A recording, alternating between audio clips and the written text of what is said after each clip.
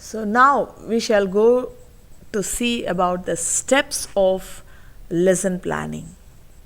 So any plan will have objectives.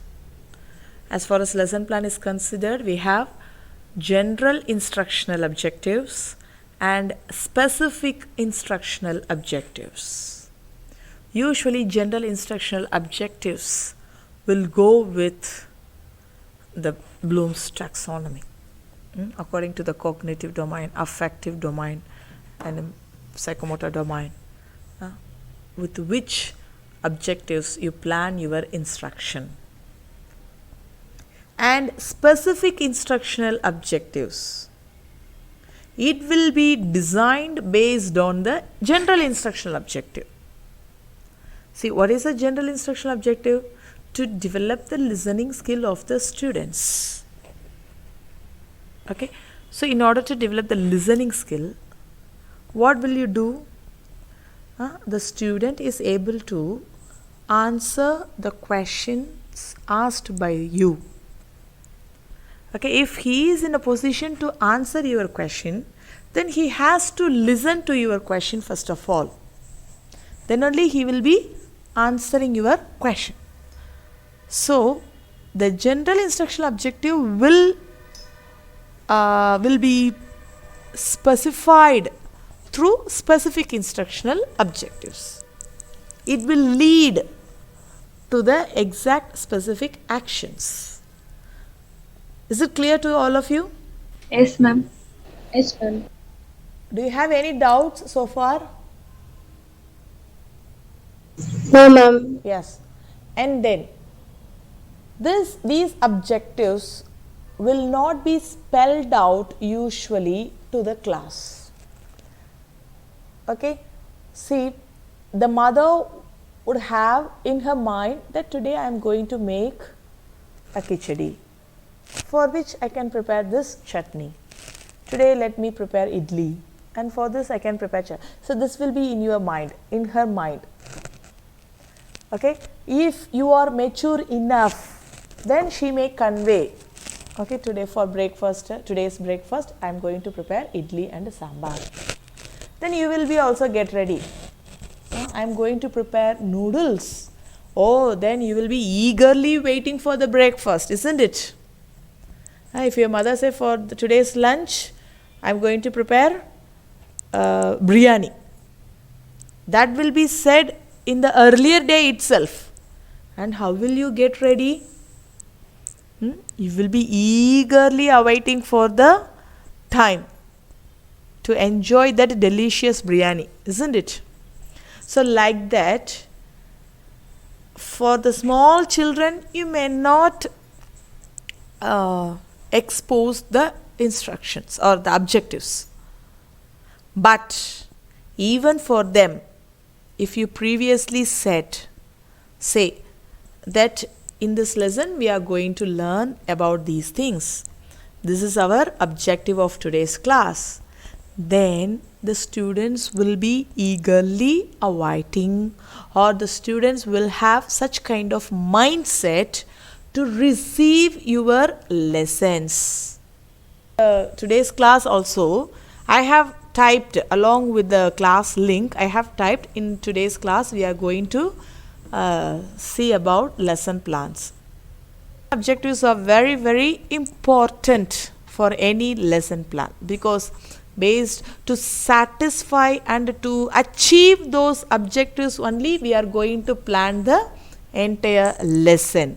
So the instructional objectives or the torchlight or the lamppost for our entire class. And motivation, we have to motivate our students. And then presentation, the link, what am I going to teach? Explanation, very, very important, exposition to the subject matter. Before finishing, you have to recapitulate whatever you have taught on that day. Definitely we have to give some assignment based on the lesson that we have discussed.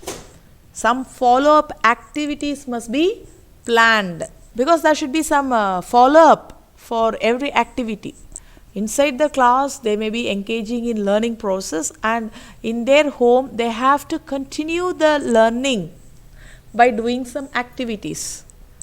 It may be in the form of assignment or question answers or some project or any follow up activity. So these are the steps in lesson planning. Priyadarshini, can you please read all these steps? Steps in lesson planning: general instructional objectives, specific instructional objectives, motivation, presentation, explanation, recapitulation, assignment, follow up activities. Okay, which is the lamppost of a lesson plan, which will guide you for designing a lesson Specific plan. instructional objectives, ma'am. Okay, any both instructional objectives. Okay, which step must be very short and to the point? Among Motivation, ma'am. these- Good, very good, very good. Rabia, how do you retain the learning even after the classroom? Recapitulation, ma'am. Is it recapitulation? Even after the classroom discussion, I said. Follow-up activity. Follow up activities, correct. Very good, very good. So, these are the steps in lesson planning. Let us see about motivation in detail. Do you remember this word set induction? When? In which context you have learnt it? Micro teaching. Ah, yes, in micro teaching. What did you do in that micro skill? Introducing. Introducing? What did you introduce? Introducing a lesson. Introducing a lesson. You are just preparing the set. You are preparing the stage for the program.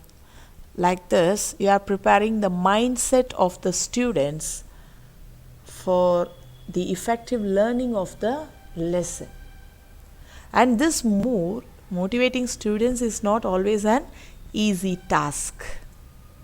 Can anyone read this quote of Moore? Ashmita? Motivating students is not always an easy task. Let your topic be known and provide clues for creating lesson. Provide a tickler, Tickler. pose a problem, tickler. Yes, ma'am, yes, ma'am. Provide a tickler, pose a problem, share an experience. These are the possibilities for setting the stage for teaching. Now just give some clue to the lesson. As you did in our micro teaching practice, you can give a lot of clues, out of which the students themselves should guess what would be that day's class. You can provide a tickler. When I tickle you, Laugh. we will laugh. Tickling. Kichi kichi mutra solra இல்லையா? See, provide a tickler. You can crack some joke. A teacher should be humorous enough. A teacher is not a very serious person. He should, sometimes we have to be humoristic. Okay, you can crack some joke. You can provide a tickler, or sometimes you can pose a problem. A problem means, okay, imagine girls, today you are all listening your classes through cell phone and computer. What will happen if there is no profession called teaching? There is no institution called school or college or university. How will be the world? Everyone will be laborers, ma'am. Everyone will be laborers. Okay, then any other response? I don't say there is no learning. I don't say there is no instruction.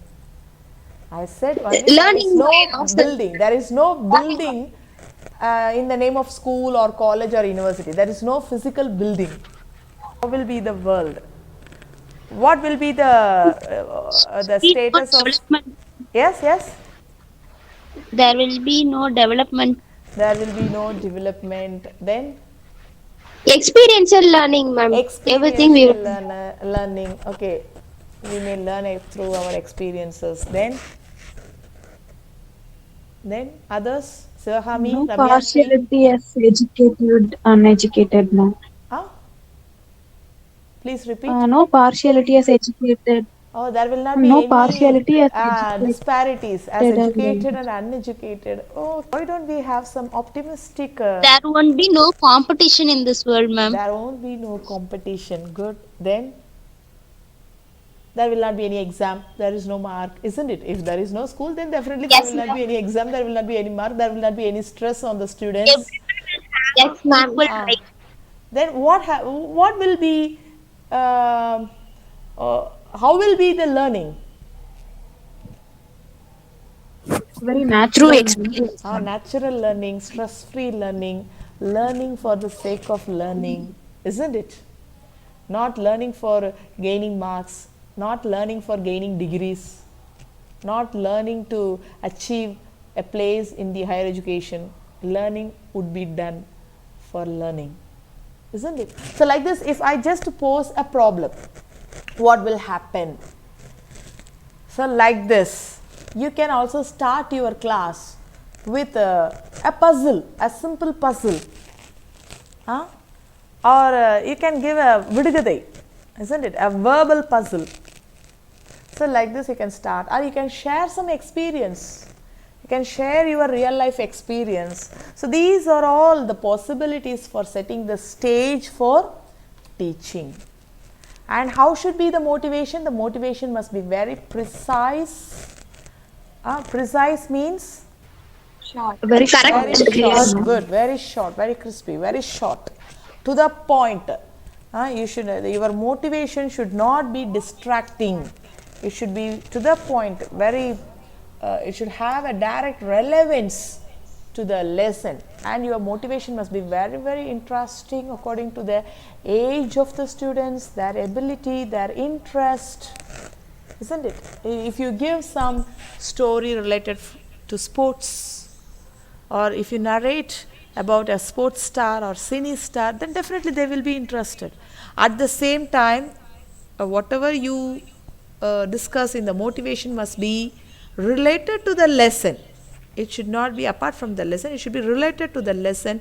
It should be very familiar to the students, and you have to follow the learning maxims. Can you tell me what are the learning maxims? Known to unknown. Good, Vijay Kavali. Known to unknown, then Concrete to abstract. wonderful. Simple to complex. Good, Simple to complex, ma'am. Yes, yes. good. Others, Harini, Concrete to abstract. concrete to abstract. Kausalya, Ma'am, simple to complex, ma'am. then simple to complex. Preeti, you have left one thing. Let us see who say this. General to particular, ma'am. Wonderful, wonderful. General to particular, Shweta. Sometimes particular to general. So these are the learning maxims that you can employ during the motivation. Okay, and your motivation must be related to the lesson, and you have to finish your motivation with a link to the class that you are going to deal on that day. So we shall also conclude today's class with this step. So in this class we have seen about the importance of lesson plan, the steps of lesson planning, and we have listed what are the steps that you are following while you are drafting the lesson plan, and we have completed about the motivation step. Okay, do you have any doubts in this lesson? The session is open for clarifications. You can ask doubts.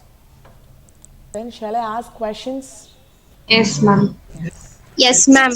What is the relation between general instructional objectives and specific instructional objectives? In which way general instructional objective and specific instructional objectives are related? Which is very comprehensive. Okay, Agnella Shiny has answered. Specific has to be derived from the general instructional objectives. Good, very good. Okay, so Specific is comprehensive, ma'am. general instructional objectives are very comprehensive. They will be very general in terms, whereas specific is specifically to that particular day's class. Yes, Kartika, yes, correct. Okay, and then Can you tell some of the characteristics of a motivation step? Motivation must be Precise. To the point, ma'am. to the point. Correct, Sivahani. Priyanka. And short. I need the answer from Priyanka. Ramya Shri. Previous knowledge. Wonderful, Preeta. In your motivation, you have to check the previous knowledge of the students. Very nice. The past knowledge of the students. Ma'am, interesting, ma'am. Then I'm Interesting. familiar.